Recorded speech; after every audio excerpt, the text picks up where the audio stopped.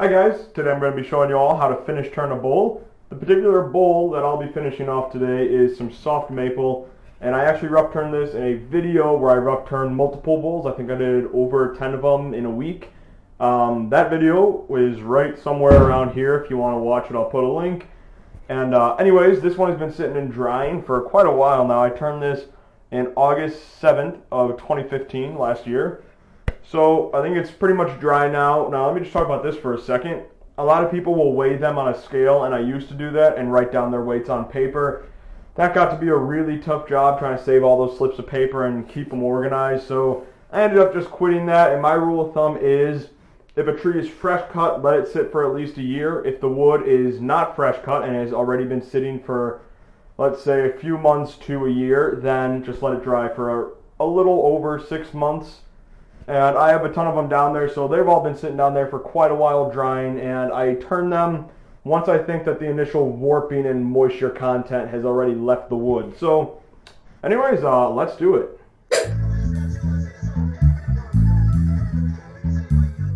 I started by installing a Jamb chuck into my lathe so that I can reverse mount the bowl and true it up just by pressure. Remember to always leave your original center in the bottom of all your rough turn bowls so that you can do this.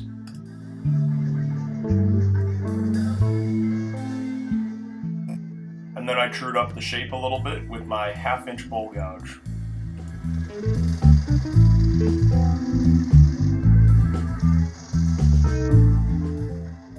My speed is at about 900 RPM. The original tenon on the bowl was a little bit small, and I was afraid it might break away if I tried to turn it, so I decided to carve it away and make a recess so that I can expand the jaws of my chuck into the bowl.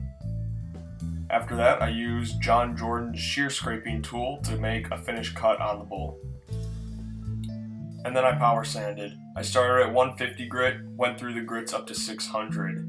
The two random orbital patterns of the drill and the lathe combined eliminate all chances of just laying the fibers of the wood flat. And then it was time for my usual halfway through bowl celebrations.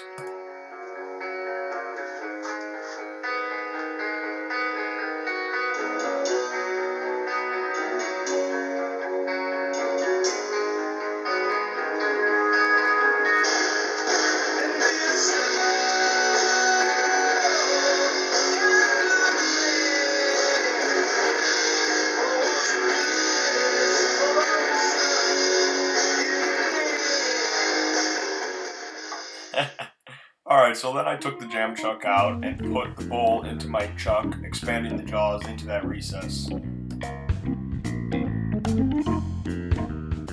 I fired the lathe up and went to work on the inside of the bowl. I started at the rim of the bowl first, and I carved it inward so that that meets down at an angle with the wall of the bowl, and I kind of like the way that that looks.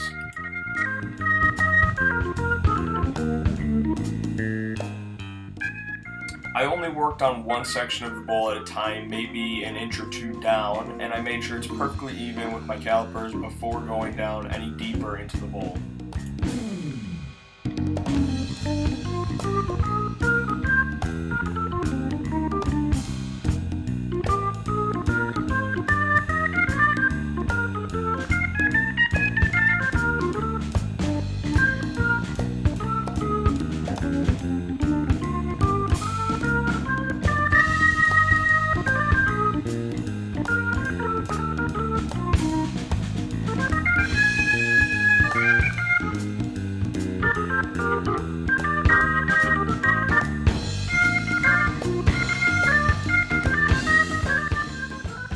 I like to use a large bowl scraper for the inside curve of the bowl. I hate using it on the walls, but I like it for the foot of the bowl because it's kind of tricky to make a nice corner with the bowl gouge.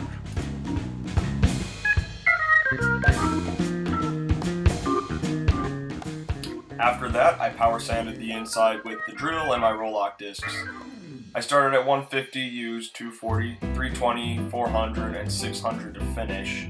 And I used the 2-inch roll-locks instead of the 3-inch because they're much easier to work with inside the curve of a bowl.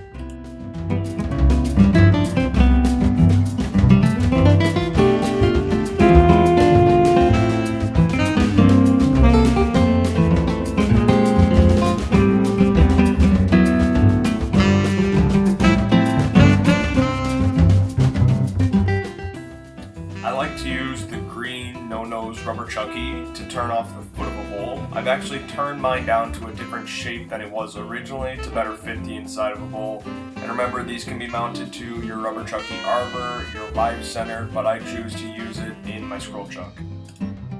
The no-nose chucky is essentially just a jam chuck, but it's much softer than a wooden jam chuck, so it won't damage the inside of your bowl, and you don't need to use all kinds of craft foam and drawer liner to get it to grip the bottom of your bowl because it's rubber and it has a pretty big bite to it.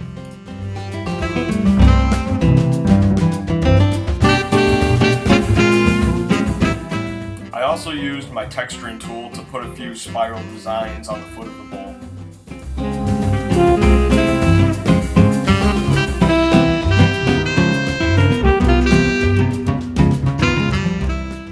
After that, I cleaned up the nub on the bottom with a knife and my sanding pads on the drill.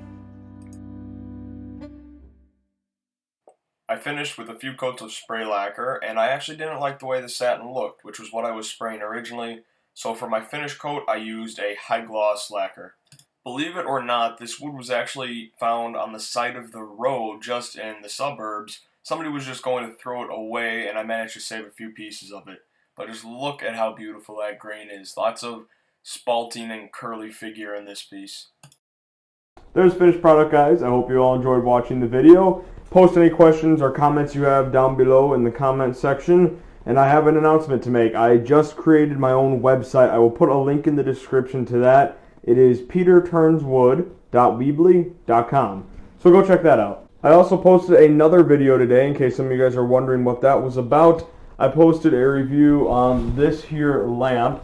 That's the Beacon lamp from Woodturner's Wonders. It is an LED work light with a magnetic base with a 132-pound pull for my lathe. The video on it was an overview of the product, and I hope you guys will all go check that out. I'll put a link to that in the description as well. Okay guys, for now, take it easy, and I will see you all next Friday.